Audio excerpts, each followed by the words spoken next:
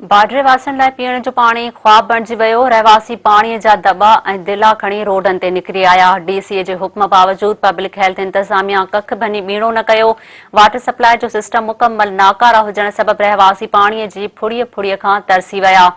अॼु 6 ॾींहं बि शहरनि पाणीअ जा ख़ाली दॿा खणी दरगाह चौक वटि एहतजाजी मुज़ाहिरो करे पब्लिक हेल्थ खाते जी नाअहलीअ ख़िलाफ़ सख़्त नारेबाज़ी कई आहे।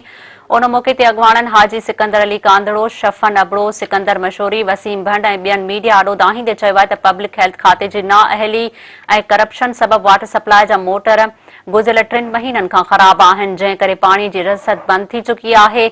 शहरी सख़्त गर्मी ऐं रमज़ान महीने में बि पाणीअ जहिड़ी नेमत खां महरूम बणियल आहिनि।